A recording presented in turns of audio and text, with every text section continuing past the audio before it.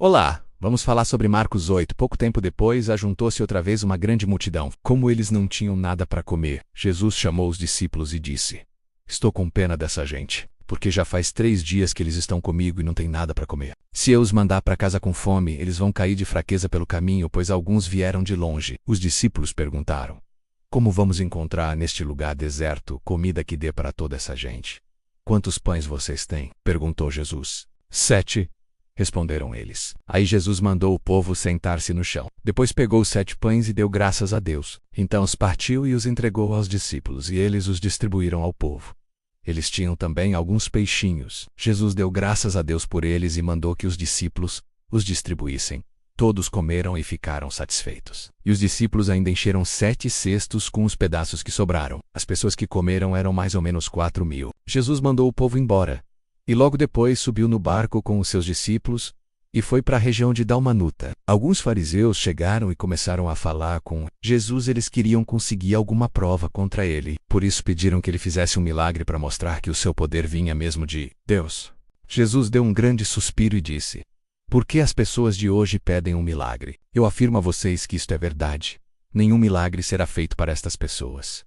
Então Jesus foi embora. Ele subiu no barco e voltou para o lado leste do lago. Os discípulos haviam esquecido de levar pão e só tinham um pão no barco. Jesus chamou a atenção deles, dizendo: Fiquem alertas e tomem cuidado com o fermento dos fariseus e com o fermento de Herodes. Aí os discípulos começaram a dizer uns aos outros: Ele está dizendo isso, porque não temos pão? Jesus ouviu o que eles estavam dizendo e perguntou: Por que vocês estão discutindo por não terem pão? Vocês não sabem e não entendem o que eu disse? Por que são tão duros para entender as coisas? Vocês têm olhos e não enxergam?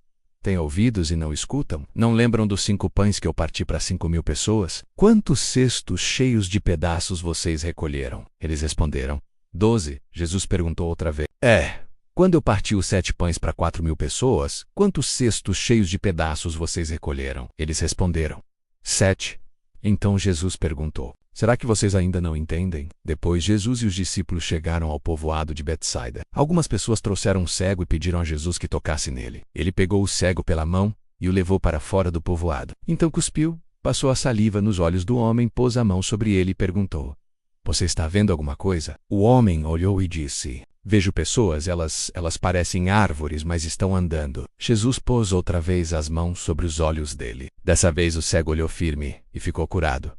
Aí começou a ver tudo muito bem. Em seguida Jesus mandou o homem para casa e ordenou: Não volte para o povoado. Depois Jesus e os seus discípulos foram para os povoados que ficam perto de Cesareia de Filipe. No caminho ele lhes perguntou: Quem o povo diz que eu sou? Os discípulos responderam: Alguns dizem que o Senhor é João Batista, outros que é Elias, e outros que é um dos profetas. E vocês? Quem vocês dizem que eu sou? O Senhor é o Messias, respondeu Pedro. Então Jesus proibiu os discípulos de contarem isso a qualquer pessoa. Jesus começou a ensinar os discípulos, dizendo: O Filho do Homem terá de sofrer muito. Ele será rejeitado pelos líderes judeus, pelos chefes dos sacerdotes e pelos mestres da lei. Será morto e 3 dias depois ressuscitará. Jesus dizia isso com toda clareza. Então Pedro o levou para um lado e começou a repreendê-lo. Jesus virou-se, olhou para os discípulos e repreendeu Pedro, dizendo: Saia da minha frente, Satanás. Você está pensando como um ser humano pensa e não como Deus pensa. Aí Jesus chamou a multidão e os discípulos e disse: Se alguém quer ser meu seguidor, que esqueça os seus próprios interesses, esteja pronto para morrer como eu vou morrer, e me acompanhe, pois quem põe os seus próprios interesses em primeiro lugar nunca terá a vida verdadeira. Mas quem esquece a si mesmo por minha causa e por causa do Evangelho terá a vida verdadeira. O que adianta alguém ganhar o mundo inteiro, mas perder a vida verdadeira? Pois não há nada que poderá pagar para ter de volta essa vida. Portanto, se nesta época de incredulidade e maldade alguém tiver vergonha de mim e dos meus ensinamentos, então o Filho do Homem, quando vier na glória do seu Pai com os santos anjos, também terá vergonha dessa pessoa.